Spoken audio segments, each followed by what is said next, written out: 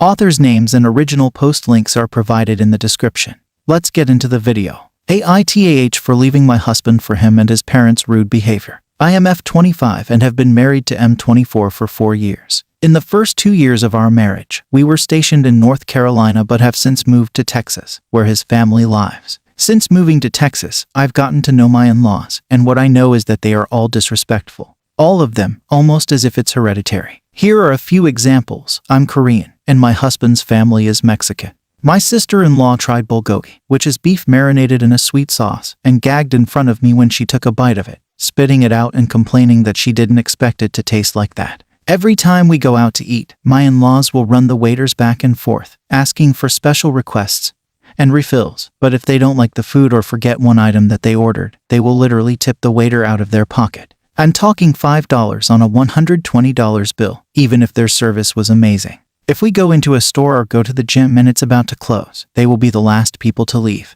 And not last, as in, they close at 9 p.m. and they're leaving at 9 p.m. last time. They closed at 9 p.m. and were barely walking out the door at 9:15. Every time an instance like this happens, my husband and I get into it. They usually end with my husband making excuses like that's just the way my family is or that I don't care what other people think, and neither should you. My last straw was when my mother was unexpectedly diagnosed with cancer. I flew back to my home in Korea to take care of her for a while she was getting her chemo. I stayed for 2 weeks before needing to go back to my home in Texas for work obligations. And can you guess who never once reached out to me the whole time I was there? Yup, my in-laws. Not once did I receive a call or text message. Not even when I came back did the topic of my mom come up. My husband told me he told them about my mom, so I don't understand why no one could have just checked up on me or at least called my mom. The next time we saw my in-laws was the next day I came back from Korea. They were over for dinner.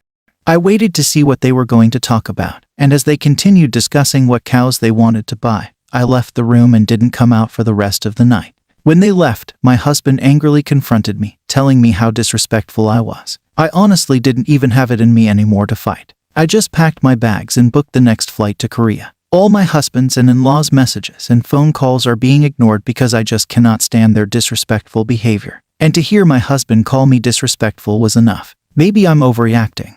But honestly, this behavior is exhausting. I deal with it every time we go out, and I'm done. I don't want to be surrounded by people like this, and I'd rather focus my attention on my mom. Am I the arsehole? Relevant comments. Thank you for all your responses, those that agree with me and those that don't, because it allows me to see other sides of the situation besides my own. I just wanted to clarify a few things really quickly. 1. I did not divorce my husband. I am staying in Korea for the time being. 2. For those of you asking, my husband did not call me while I was in Korea the first time. Any conversations we had were initiated by me. He did not reach out to me, nor did my in-laws. Update. To clear things up a little, this situation happened over a month ago, and I have been in Korea ever since. My husband and I did not get divorced, but we had talked things out and decided I needed space to take care of my mom first, and whatever problems we had could be discussed at a later time. As for my in-laws, I haven't spoken to them since. I really wanted to work things out after reading a few of the comments saying my in-laws' behavior is not the fault of my husband.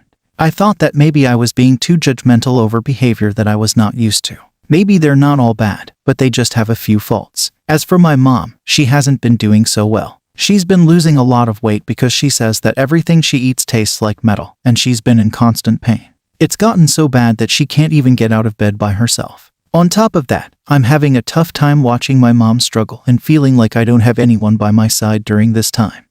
Especially since my husband's family still hasn't reached out to me. Last week, my husband reached out to me, telling me that his mom had tonsillitis and was going in for surgery. Reluctantly, I reached out to her and told her that I would be praying and wishing her a safe surgery. I even had the hospital gift shop send flowers up to her room because I couldn't be there. I figured that maybe they just weren't the type of people to reach out to and that I should put whatever happened in the past. My husband expressed how grateful she was and how happy she was to have received the flowers, hoping that I was doing okay in Korea. Unfortunately, I wasn't. Fast forward to a week later, and my mother's condition had gotten so bad that she lost her battle with cancer and passed away. I told my husband what happened, and he was in just as much shock as I was. He said that he was sorry, telling me how much of a good mother she was and how happy she must have been to have me by her side during her last few days. We were preparing to get the funeral done in the next few days, so I asked my husband what day he could be here. He was hesitant on the phone, saying that he felt bad for my mother and all, but he also had his mother to worry about. He needed to be there for her, just like I was there for mine.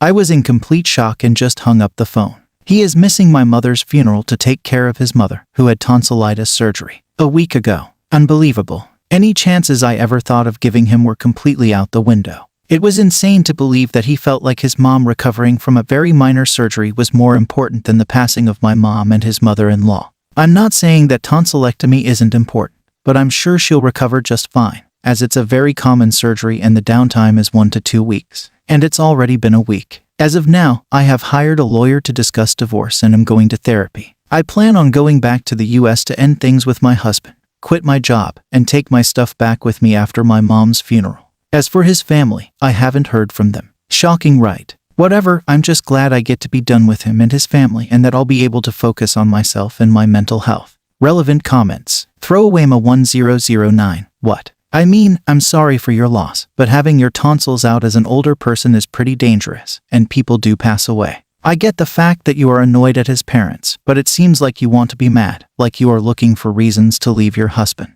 Are you interested in another person? Unless his parents live with you, there is a way to just stay away from them. OP, yes, I understand that now that it is not minor. She is fine and already back to her job. I should have mentioned that. Thank you for watching the video. If you enjoy listening to these kinds of stories, we've got more in store for you. Simply subscribe to our channel, hit the like button, and share it with your friends.